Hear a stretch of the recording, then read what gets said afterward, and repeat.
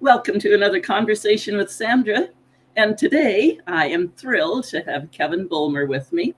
We met in 2019 and he had me do a live Facebook video. First one ever for me.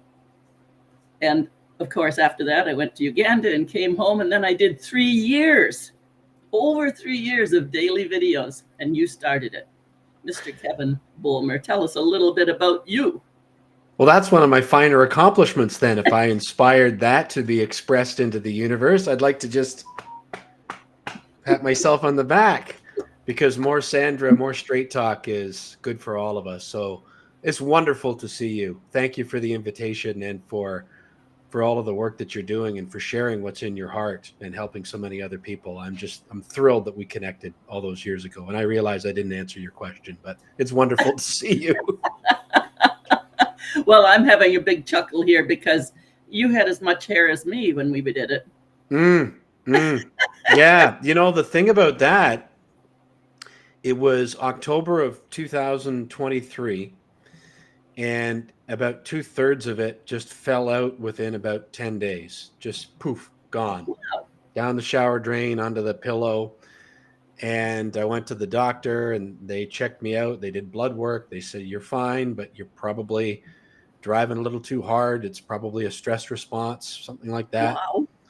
And a couple months later, because I still had some patches that were growing, but it didn't really look all that appealing. So I used one of those products that is supposed to stimulate hair regrowth. And after doing that for a couple of weeks, I realized nothing had been growing at all.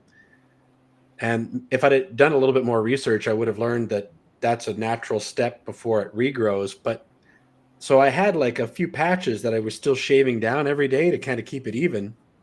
And then I realized it was just a lot easier not to have to deal with that. So I just embraced the whole scorched earth philosophy.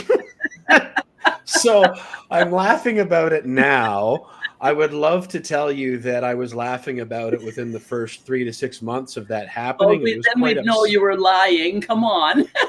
You know what? It's like so many other things that we experience that we don't think it's the way that it's supposed to go or that we want to have happen.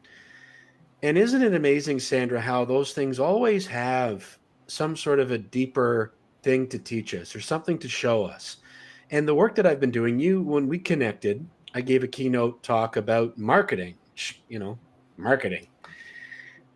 I pride myself on trying to make things just very human and bring them to a down-to-earth level. And I view marketing as just communication. And I don't know that we're all that effective about communicating ourselves. And when we're in small to mid-sized business and we're like how you and I are, where we're really the face of our business, I'm always championing people to share who they are and their unique personality and their character traits and their passion. What keeps them coming back day after day. And that was what I was talking about that day when we met. And one of the things that I found then, and I've really experienced since then because of the work that I've been doing, which we can get into if you care to, is how relentlessly people judge themselves. Where we, through my company, NSM Brand Media, we help a lot of small to mid-sized businesses with their social media strategy and content creation. And we've been doing this long enough now, Sandra, that the trend is absolutely clear. A candid photo of somebody smiling will reach more people and it will get more engagement. And it will create more emotional connection than the prettiest looking graphic or video or AI creation that you can possibly come up with, because I believe, and the data supports me, that people relate to people. But what we do is we beat ourselves up. My hair's out of place. My collar's not, sitting straight. I've got something hanging out of my nose or whatever it is. No, I'm just saying what's universally true. My hair is out of place and my collar's not flat. Well, maybe you should turn your camera off and I'll try to carry this forward for the both of us. But if you were to feel that way, what I know for sure is that you're not alone. It's a very human trait. And what I got was a really heavy dose of my own medicine. So suddenly, it's hard to take, isn't it? I didn't want to do what I had to do. Yeah. I was appreciative that people who care about me wanted to know that I was all right, but I got tired of answering the question, "Are you okay? Are Yeah. you okay? Are Yeah. you okay?" But a funny thing happened. I was trying to remind myself of what I say along the lines of what I just described to other people. You're the one who's judging yourself. The rest of us just see and feel you. We don't care about those other things. You're the one that's experiencing that discomfort. We already love you. Yeah, that's right. So I was trying to remind, I thought, okay, let's see if this is really true. And once everyone who knew me knew I was still healthy, it was true. They didn't care. They That's didn't see me any differently. They didn't respond to me any differently. If anything, Sandra, they've responded to me even more with a deeper sense of connection because they've seen me navigate that and continue to keep going anyway and just embrace the change and work through it. And then the people that I've encountered since then don't know a different version of me. no, that's true. And it's been really interesting to observe my own feelings through that, of what we attach our identity to and what we feel that other people are thinking about us.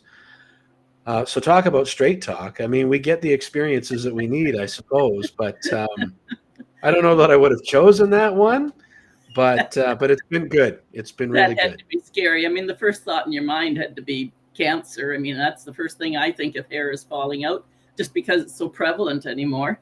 And it's interesting uh, how our minds play the games and create our illnesses as well. Hmm. Hmm. I've Well, the way been, that I look at it, I've had bouts with alopecia in the past where I would have little patches about the size of a dime or a quarter would just fall out.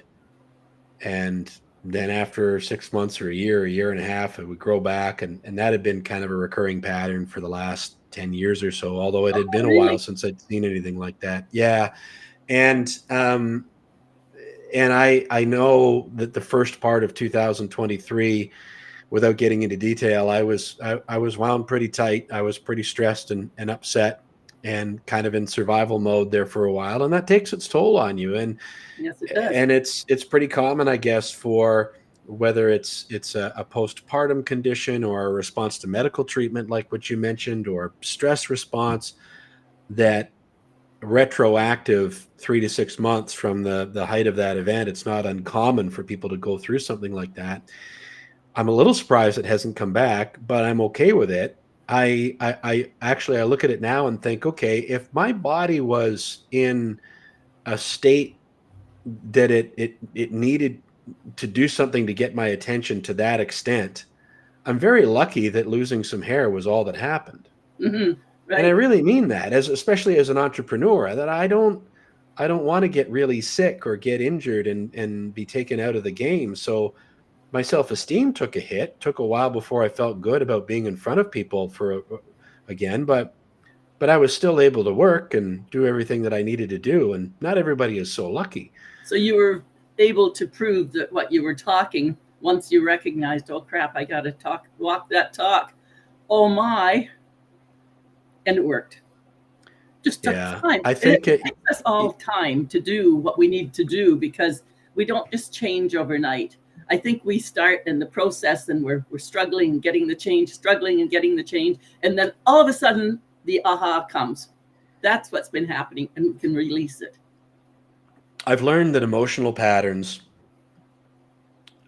take a little bit more time to catch up, especially when they're hardwired, than an intellectual awareness of something. Or once I find that I understand a certain habit of choice that I'm making, or a pattern of behavior, or Mhm. a habit of thought that may not be serving me, I find that it takes a while for me to know what will be better and practice that before the sort of emotional response kind of catches up to it. Mhm. And again, it's been interesting because I think there's an energetic connection. It's what bound you and I together. You know, I show up at this small business event giving a talk about marketing. I mean, who cares about marketing? But I feel like you can sense someone else's humanity and genuineness and sincerity, or just or their character or whatever it is. And I often hear myself saying to people in regards to the work that we do through NSM Brand Media of the messages that we put out on behalf of their company is I'll often say, I'm much more interested in how something feels than how it Right. looks. Like it can look perfect and not feel right because real's not perfect, but it can feel right and not look perfect because none of us are.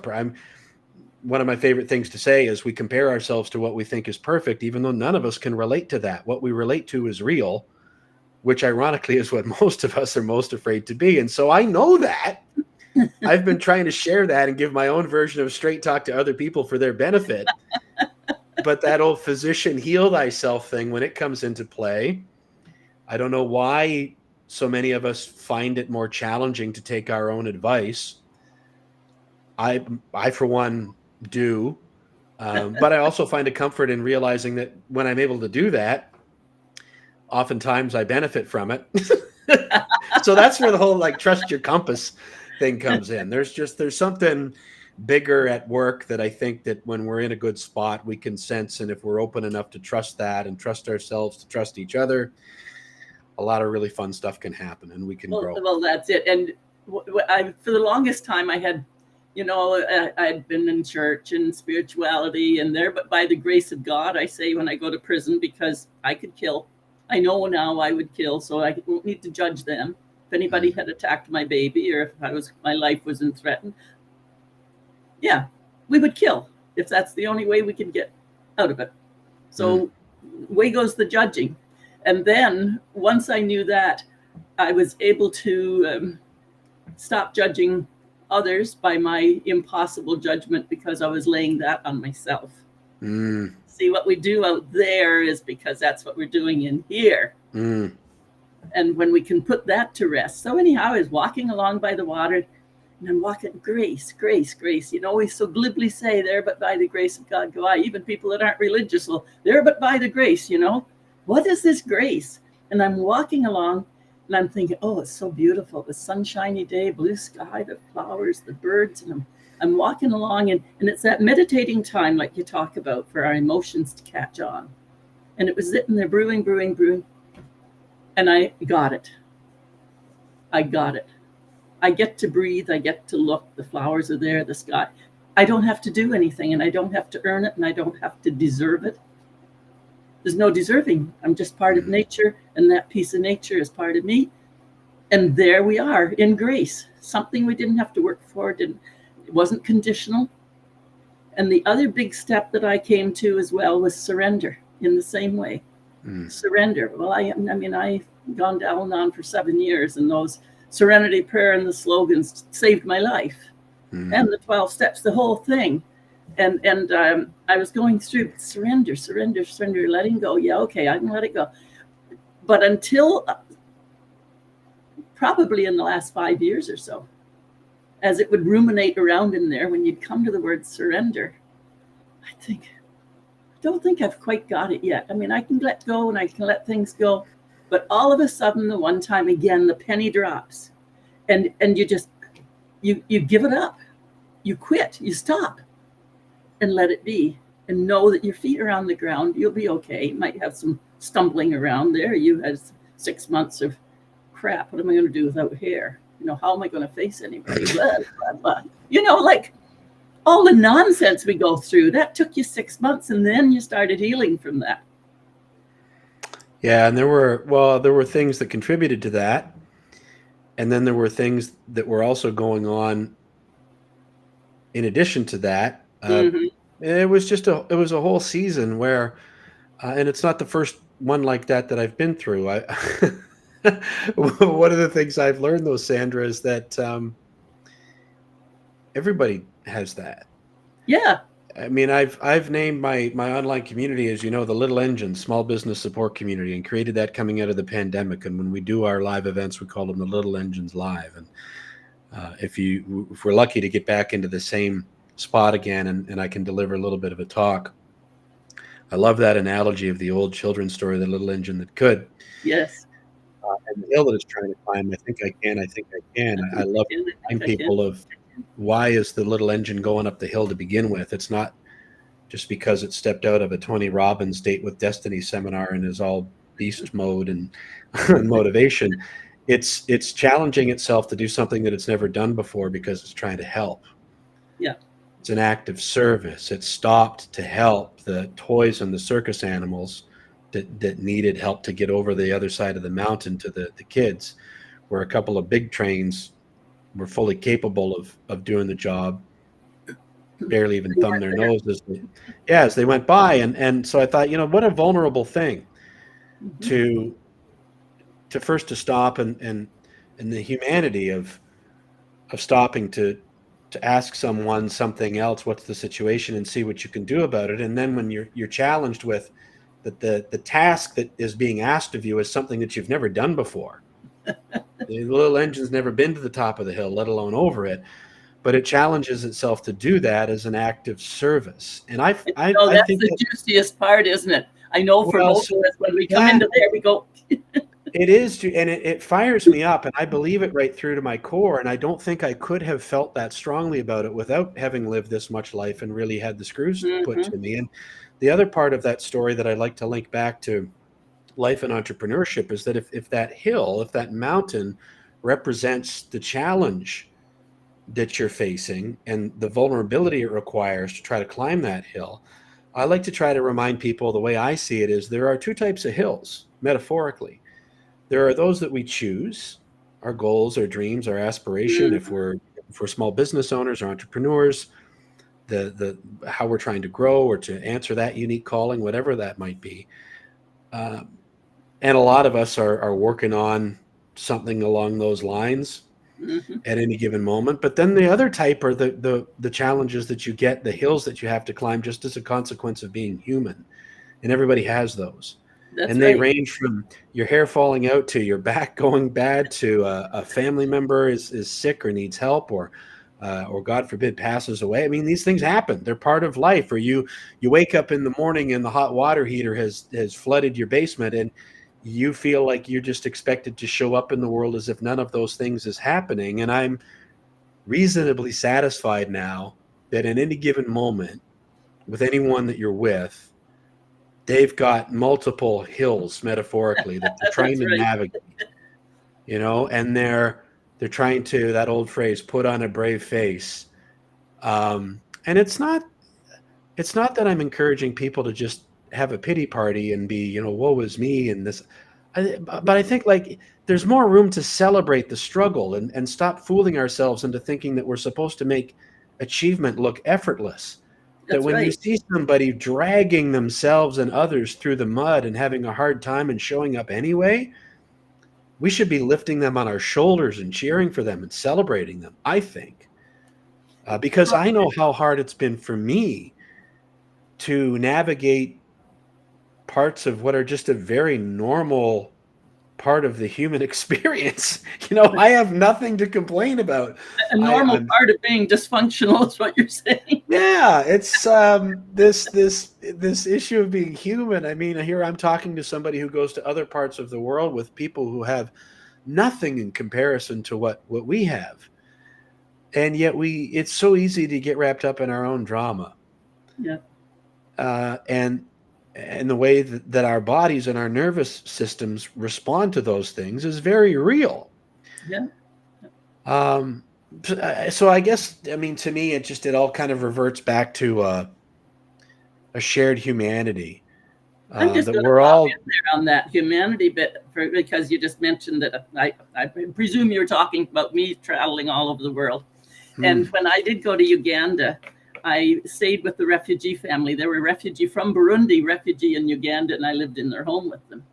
And these two of the older children are now, of course, 5 years older. They're ready for their certificates, but they haven't been going to school, so they did their homeschooling.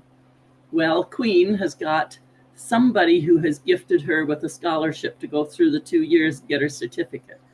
And Rafa needs, I've calculated around $300. So $300, $400 to get his coding so that he can go to the school. And then they've learned how to make a living for themselves from begging to making a living. And it's beautiful. So she says, I just need to find a way to get that money for him for coding. And I didn't jump in and say, oh, I've got $300, $400 sitting around. But I'm just mentioning it now in case anybody wants to toss $50 or $20 along. This is the time to do it, because I'll top it up. I'll make sure they've got their $300-400 to get him in school, and then mom can keep him on the monthly fee. But it's going to be tough, and I'm just so proud of them. They ended up doing homeschooling. They had never heard of it before. And schooling is very expensive. So I said, Liz, you're so smart, and you're already doing this and this and this. And Queen and Rafa have got there. They can teach the little ones, and you can teach Queen and Rafa.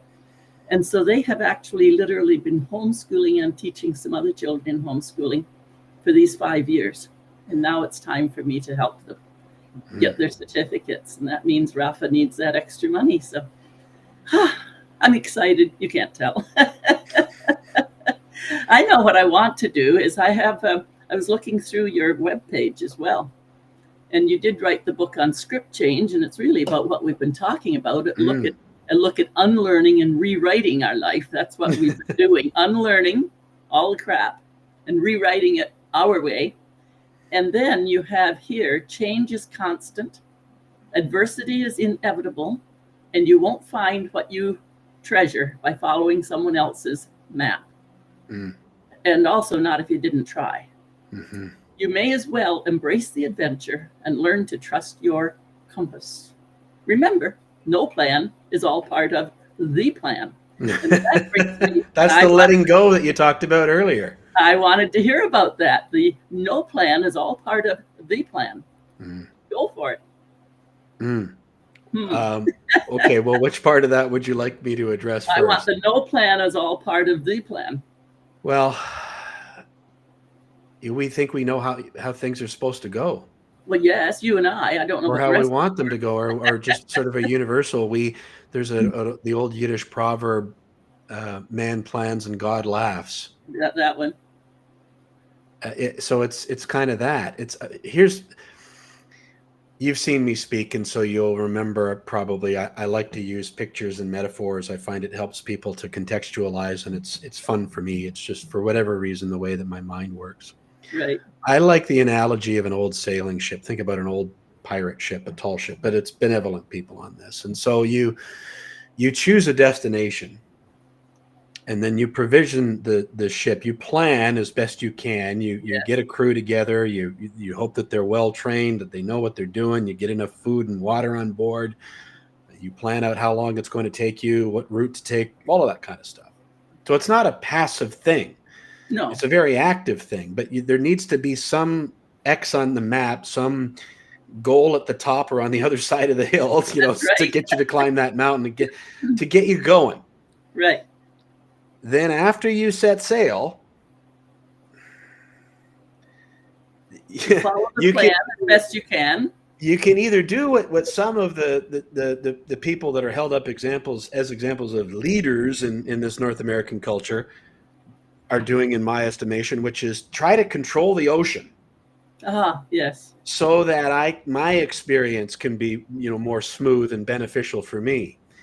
Or you can continue to navigate and change course and understand that it's not about if storms and waves are going to hit, but when and how often and how strongly. And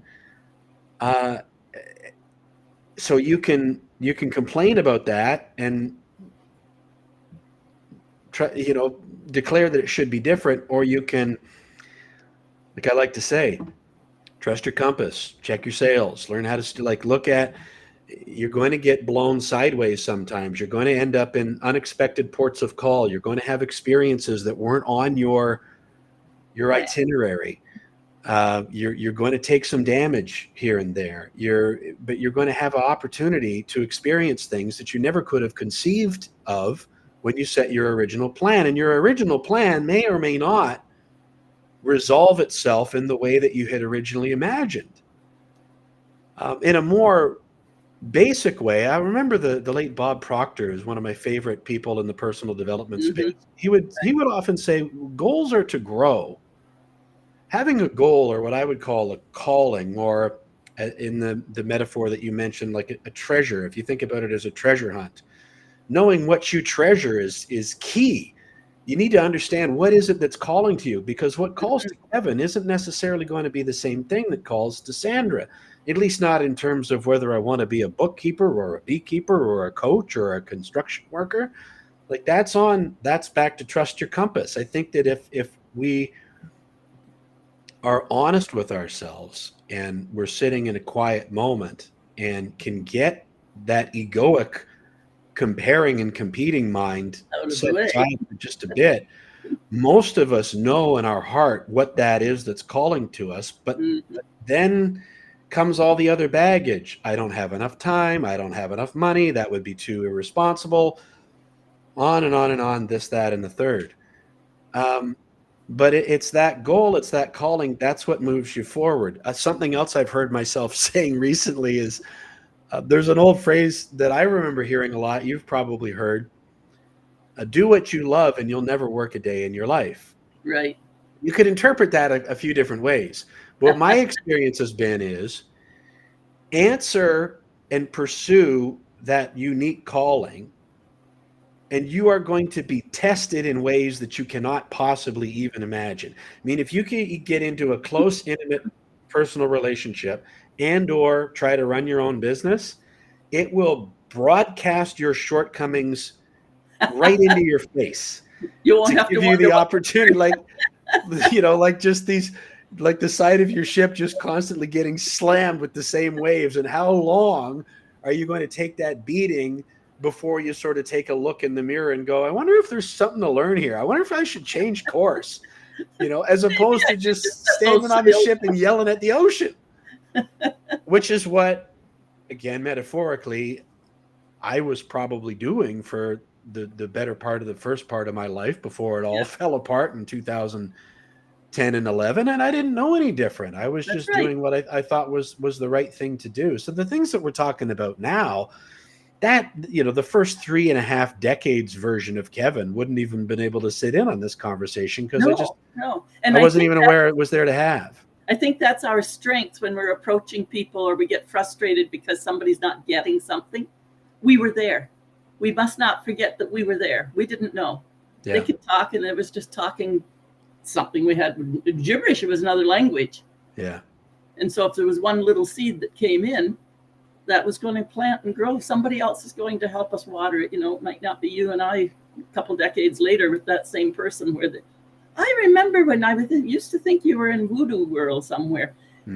Yeah.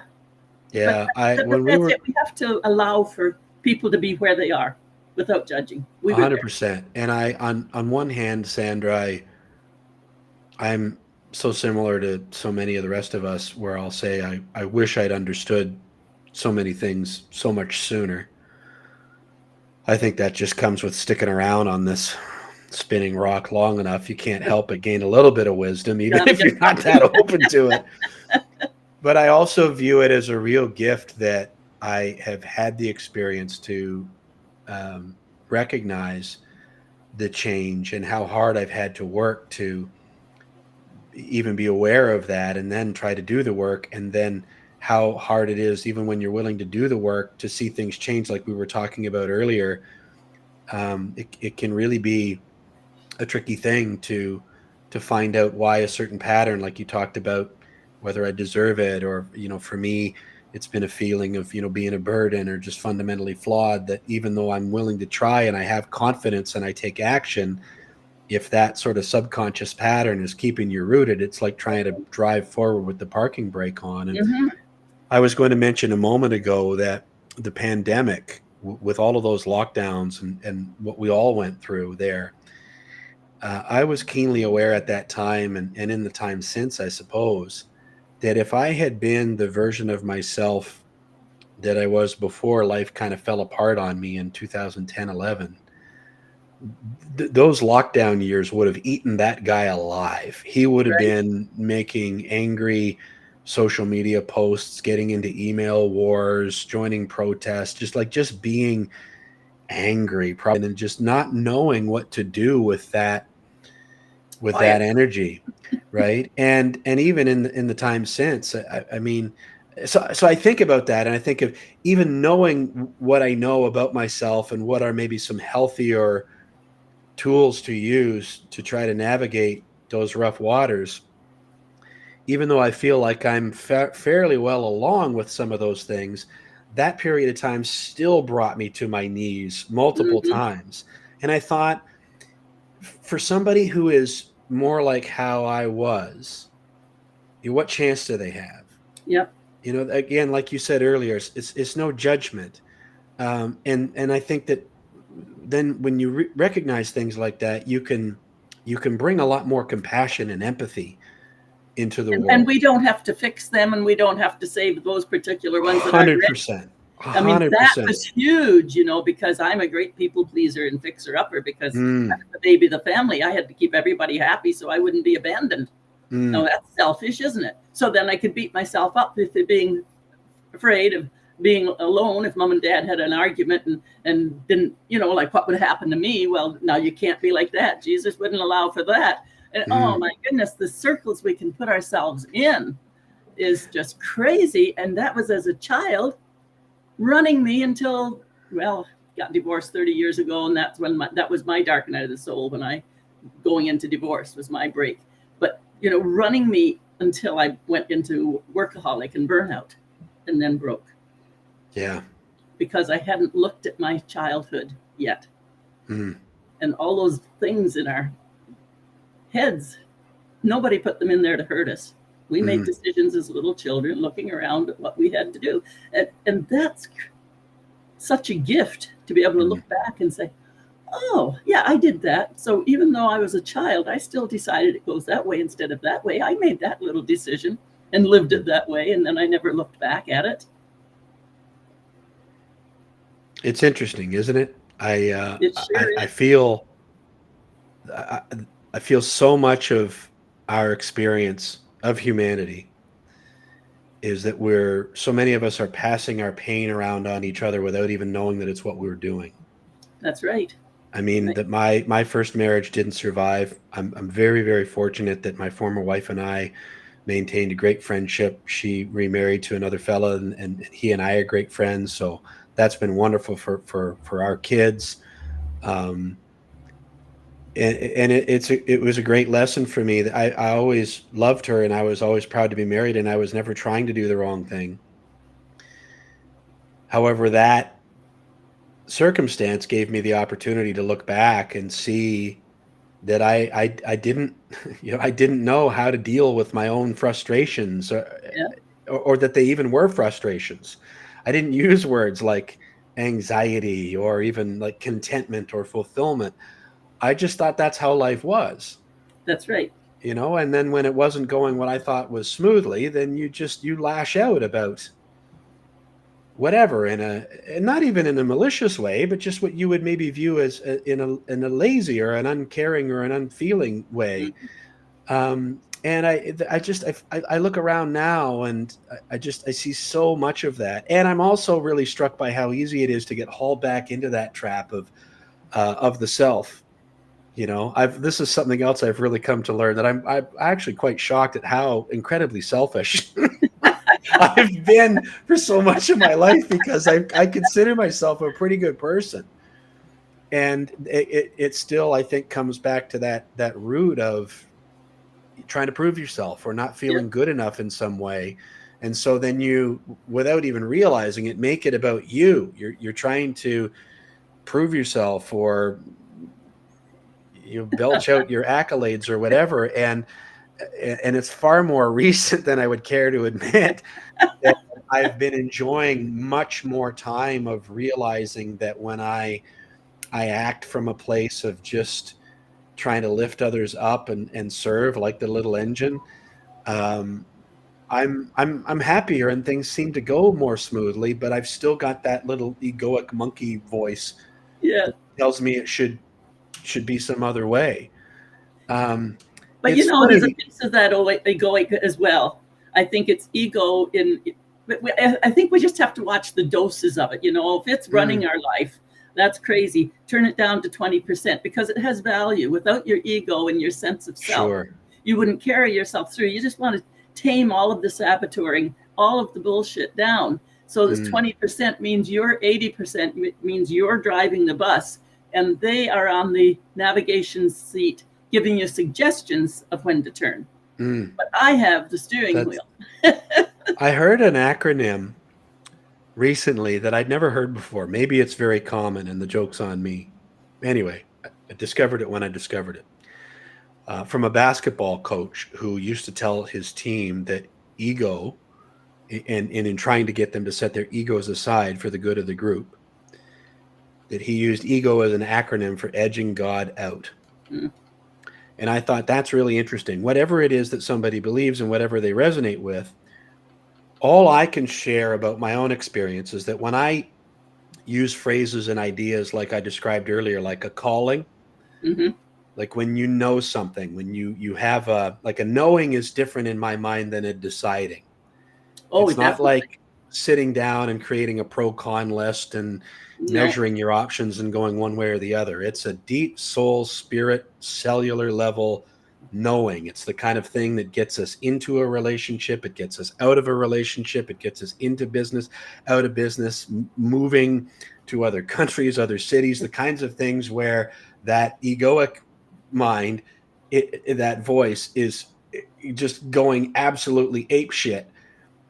But you are like walking through the valley of the shadow of death. It's like an out-of-body experience. While that you're leaving your marriage or you're starting a business, and that other voice is going, "What the hell do you think you're doing? Yeah, what are you doing out there?" But you're just going forward because you know that's a calling. That's something that I think comes from outside ourselves. No schedule man.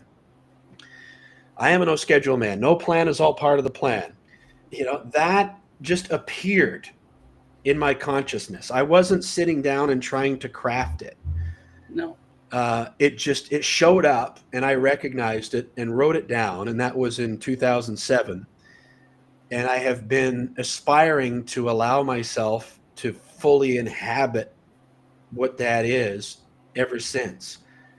So I think that's really interesting. Like whatever you consider that to be, God or the universe or source or just energy, I find that fascinating that all of us have some mechanism where that you capture, you recognize these inspired ideas. And then you either honor them and act on them or you don't. And if you don't, it'll be back. Yeah, well, then when you get that, the knowing was like when grace came into me. I'm just loved for no condition. I don't have to do anything. Whoosh, down it went. That's what that was. Yeah. Letting go when it went in and surrender. Whoosh, down in the deepness it went. And that's what you're talking about. Here's some fun for us. You've got no schedule man. No schedule man. No, you're not going to do that, Mr. Schedule Man. Or, there's no schedule, man. There's no schedule, comma, man. Yeah, exactly. Like it's no schedule, man. I have another talk that is based around that story. In fact, you mentioned the book Script Change. Yes. It's just out of arm's length, or I would grab it now and show you the Post-it notes that are on the front of it that are fresh as of the last 48 hours or so, where I've decided I'm going to update that and write a new section and re-release it, because that was released during the pandemic and really didn't get the attention that it deserved. And part of what I want to add to it is that story of how the no schedule man idea came to be and how it was a lifeline at that time when my life fell apart. Mm-hmm. So that song lyric originally showed up in 2007. The CD was released in 2010. It's out there and available. People can find it on Spotify or wherever they get digital music. Is this one that you wrote? You mean? Yeah. I used to. I don't write as many songs as much anymore because I think that creative expression is coming out through the talks and the presentations that I give. But I've got hundreds of songs sitting around. I never wanted to be a musician, but again, I was just capturing these ideas, and it was something that I did for my own enjoyment. What I was reading, change is constant and vertice is inevitable. That's not lyrics to words or a tough song, is it? No, that's just what I've learned Okay. in the time since. But like if somebody asks me what is no schedule, man, I've been trying, or the no schedule life, I've been starting to call it, trying to put some sort of a definition to it, because I think a lot of people, when they hear that, their mind immediately goes to somebody that's just sitting on the beach with their feet up, with somebody bringing them margaritas and mai tais, and that might be part of it. Yeah. But you also learn that there's no lasting contentment there. That you have to have a hill to climb, like at all of these challenges, in order, because what you would consider happy or content or fulfilled. And I'm off my original thought there about updating the book, but maybe we'll come back to that, or maybe we won't.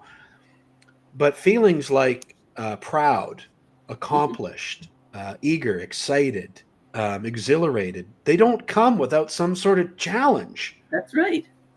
And we don't like if our lives went the way that we think we hope that they would, it would be like, once upon a time there was Kevin and Sandra, and it was a beautiful sunny day, and they waltzed through the meadow and into the castle and lived happily ever after. The end.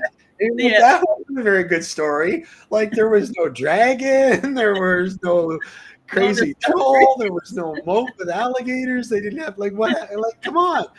So you want to see some adventure. We want the hero's journey. For sure, unless it's us. When we meet with the friction and we get hit with the storms, or there's a dragon in the middle of the road. Oh, it must be me. I'm flawed because everybody else seems to be perfect, or I'm doing it wrong, or I'm not far enough along, or this is too hard and I'm not going to be able to do it, or I don't want to do it, or that all to me wraps itself into the no schedule philosophy. It's not a passive thing at all. It's a very brave thing. Part of the song goes, I am the waves and tide and wind, because I roll in and I roll out again, passing with nomadic chagrin to the next great adventure, if I get there at all. Like, it's just, you can keep going and roll with what life gives you, or you can give up and stop and cop out and think that it is about just sitting on the beach and never having anything to stimulate you. That might be fun for a couple of weeks. But then look at me. I haven't, people say, well, you're retired. Oh, no, I've got my business there. I'm doing my coaching. I'm doing this. What? We can't keep up with you. I'm thinking, what am I going to do? Sit around and pick my nose? Like, come on. What am I going to do? Yeah. I'm so happy traveling all over the world in Zoom and in real. I'm hoping I've got a trip.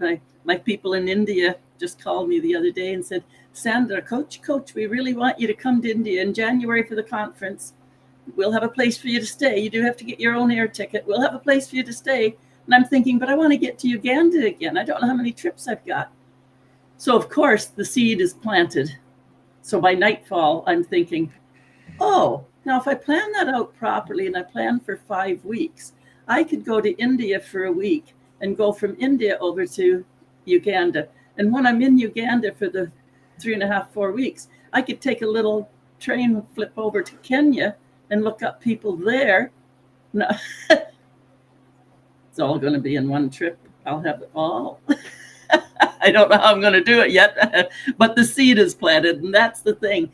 When a seed is planted, we just run out with curiosity and start watering the thing and see it to grow. Well, that's the knowing, isn't it? How do you know when it's time to go again? You just know. It's different than a deciding, isn't it? Like, pretty much, but I still have to, I'm an old fart, so I also need to be aware. So there's some of the planning. God's laughing. I still need to be able to know I can look after myself, because I might be around. I've got my eyes on 105. So I can't be just living out on the street. I have to also plan that I'm going to be okay in this world where the creditors still come to your door.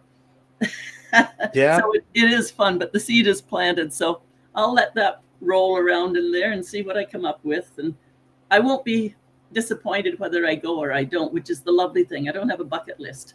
I've done it. I've done whatever. I just go where the wind blows me. Keep my feet under me. That's about it. So there's your no schedule for you. Well, so that's what I say. No plan is all part of the plan. That's right. You're still a plan. You've got to set an itinerary. Otherwise nothing happens. That's right. Yeah. Like Bob Proctor said, as we mentioned earlier, goals are to grow.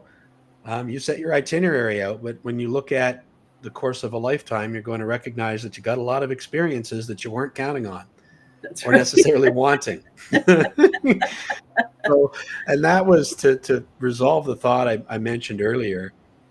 It was early 2011 that my marriage at the time finally fell apart, and I left the house where I lived. It was that same week that the business that I was a part of, that I was a partner in the business, we rolled that back, basically put me out of a job. Like everything that I had built my identity on, the husband, the homeowner, the business owner, all that was just all gone. And I remember coming to move in with my mom and clearing off the dining room table and putting a whole bunch of pieces of lined paper on the table. This is a true story. I put clear, like blank pieces of paper on the table and held a pen in my hand and literally looked skyward and said, okay, like, tell me, what am I supposed to do next? And at that time I was thinking, do I go back into radio, which was the career that started things for me, or the industry that started my career? Should I go back to school and upgrade my education to match my real world qualifications? Should I stick my guitar in the trunk of the car and troubadour across Canada and have that experience? Should I, like, what? And I'm asking what should I do? And it's not like I heard a voice or anything, but I had a knowing. It was like, hey, dude, remember that song, No Schedule Man? Just do that for a while. And I'm like, no, you don't understand. Like, just tell me what to do and I'll do it. And the vibe I got back was benevolent, laughing, but firm. It's like, no, you don't understand. You've been doing it the way that you think you're supposed to do it, and look what you've got. Look at the mess you're in now. You've got two little kids. They need you. Just, that no plan is all part of the plan. Ride the waves and the tide and the wind. Like, just do that. Just try that for a bit. It's not about what you're doing. It's about who you are. And then the what and the how and everything else comes along with it. And I think ever since then, Sandra, I've been trying to get to fully inhabit that. Even as the time that we're brought to this conversation, I'm there now with still allowing myself to fully be that guy and trust that if I invest my time into the things that I really feel uniquely called to do, the Little Engines community, speaking and even mixing some music back into the mix and the book and all, just really bringing to life what that no schedule idea is. I haven't let myself fully go yet because my ego says I need enough clients in the marketing company and I'm good at that, but it doesn't light me up. Not like it used to, but Right.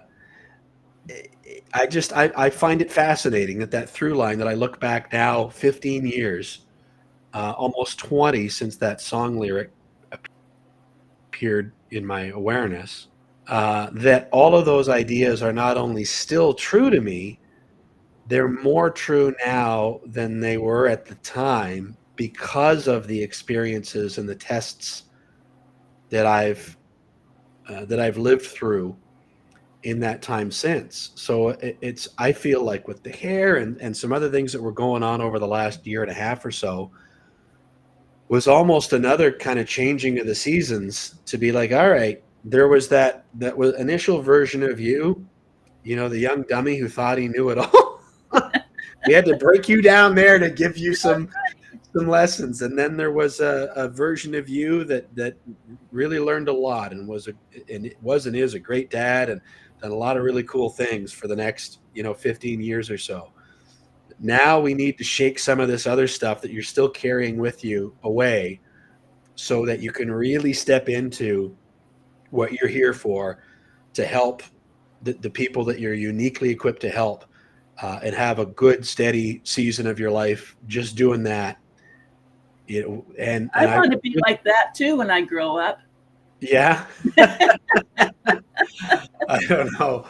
Maybe the growing up part is overrated. But there's one more anecdote I wanted to make sure that I slid in. The day that we met, because it's a testament, I think, to the value of you've got to get out of your comfort zone, your familiarity zone. You have to get out into the world and mix with other people, because it's just amazing what they can give back to you. And the connection. I mean, you and I met, and it was like we'd known each other forever.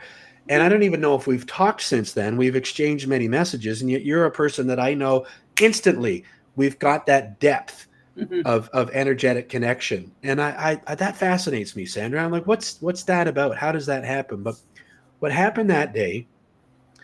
Some context for those who are watching or listening. There was a small business conference held by the Small Business Center of Belleville at the Trentport Marina. Right. And I was brought in as a keynote speaker. And I was there giving a talk about marketing and marketing messaging, specifically for small to mid-sized businesses, trying to help them understand what to say and activate an online strategy and whatever else. And so I did that and was greeted with a really, really warm reception and a number of new friendships like ours, many that last to this day. One of the gifts that was given to me that day were a couple of women who came up to me to talk afterwards. And they said, we were prepared not to like you. And I said, Really? this is interesting. Would you like to tell me the rest of the story? They said, well, are you up for some honest feedback? I said, for sure. So they said, well, it had been a full day, and that you, meaning me, were coming up near the end of the day. And then we had a break just before I gave my talk. And she said, we were getting coffee and muffins, and we're chatting with each other and going, okay, great. Here's the big out of town keynoter. Yeah. I wonder what he's going to tell us that, we need to be, or what we need to do, or what we need to buy that we don't already have. Here it comes. And she said to me that day, and this was such a gift that she gave me. She said, we weren't prepared for you to tell us that we were great the way that we already were. We just needed to be able to express that and, know how to feel free to share that in a way that would move our businesses forward. And she said, within the first minute and a half, you'd completely disarmed us because you weren't telling us to be something other than who we were. Right. And the reason why that really sticks with me, and I think that was such a gift, is that, Sandra, I didn't know that that's what I was doing. That's right. I didn't see it that way. No. She gave me that perspective. I remember that day there was a woman earlier in the day who was giving a talk about marketing, and she presented some great information. And she was also saying some things like, if you're going to have a good marketing strategy, you can only have so many words in your name, and I knew there were people sitting there that had business names like Carol's Front Street Bakery or something like that fit outside of the parameters of it should only be 5 syllables and you need a symbol. Or I'm like, no, it's the story that you're telling. It's the feeling that comes up when people they see your name, and we can shape and share that however we want. Don't tell someone that's already, named their business Sandra and Kevin's bookkeeping service on XYZ Road that there are too many words in their name. It doesn't matter. And I remember thinking, how am I going to deliver what I'm going to deliver without submarining the other presenters who presented also some really great information and some valuable tips. I think what I learned that day, Sandra, is that humanity and sincerity and the genuine desire to help is what came across to the people who were in a space where they could receive that. Mm-hmm. And I that really drives me. I'm really curious about whatever that is, because for me, that's the real juice. That it's not about, like I say, you won't find what you treasure by following someone else's map. We don't all want the same things. What success or living a legendary life or what that could mean 5 different things to 5 different people, but I really do believe that at some level what that might mean for you. Hmm.